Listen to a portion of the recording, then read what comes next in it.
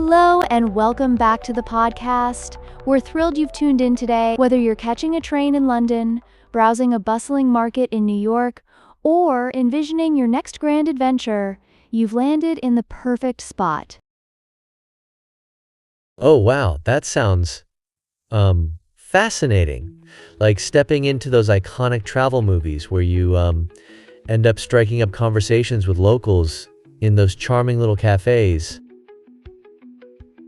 Exactly. It's powerful. Studies have shown that learners who practice English while traveling can enhance their fluency almost twice as fast as those who stick to classrooms. Why is that? Because travel forces you to use the language in real, everyday situations. Right, so it's like survival English. You're compelled to dive into the language. Like when you're in that foreign land and suddenly realize you can't just rely on your phone for translations. Absolutely.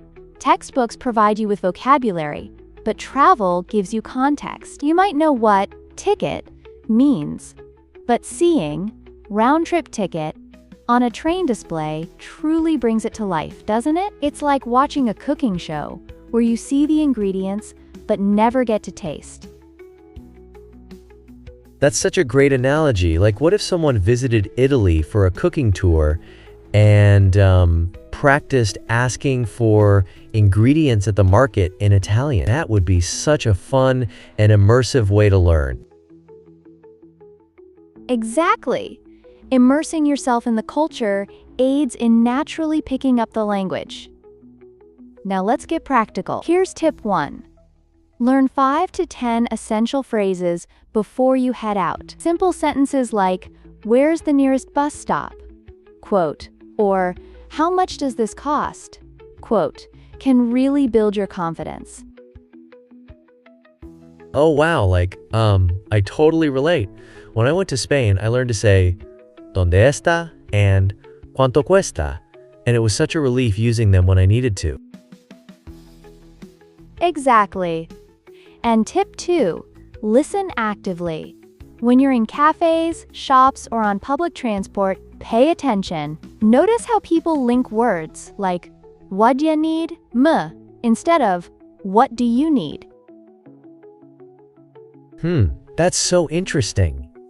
It's almost like learning a secret code. I remember hearing gonna instead of going to for the first time, and I thought, wait, is that how people really talk? Exactly. It opens a whole new world. Now, tip 3 is to engage with locals and fellow travelers. Even short chats can provide immense practice. Treat every interaction like a mini English lesson. Ooh. I once had a super interesting conversation with a guy on a train in Japan. I couldn't grasp half of what he said, but it was such an unforgettable moment. That's the spirit. Now, tip 4. Surround yourself with English. Read signs, menus, and brochures. Tune in to local radio or English podcasts. All these small exposures add up quickly. Kind of like when you binge watch a series in a new language and suddenly find yourself dreaming in it. That happened to me with those addictive Korean dramas. Exactly.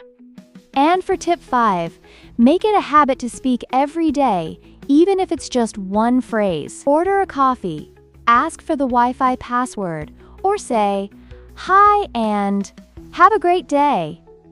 Each small interaction contributes to your fluency.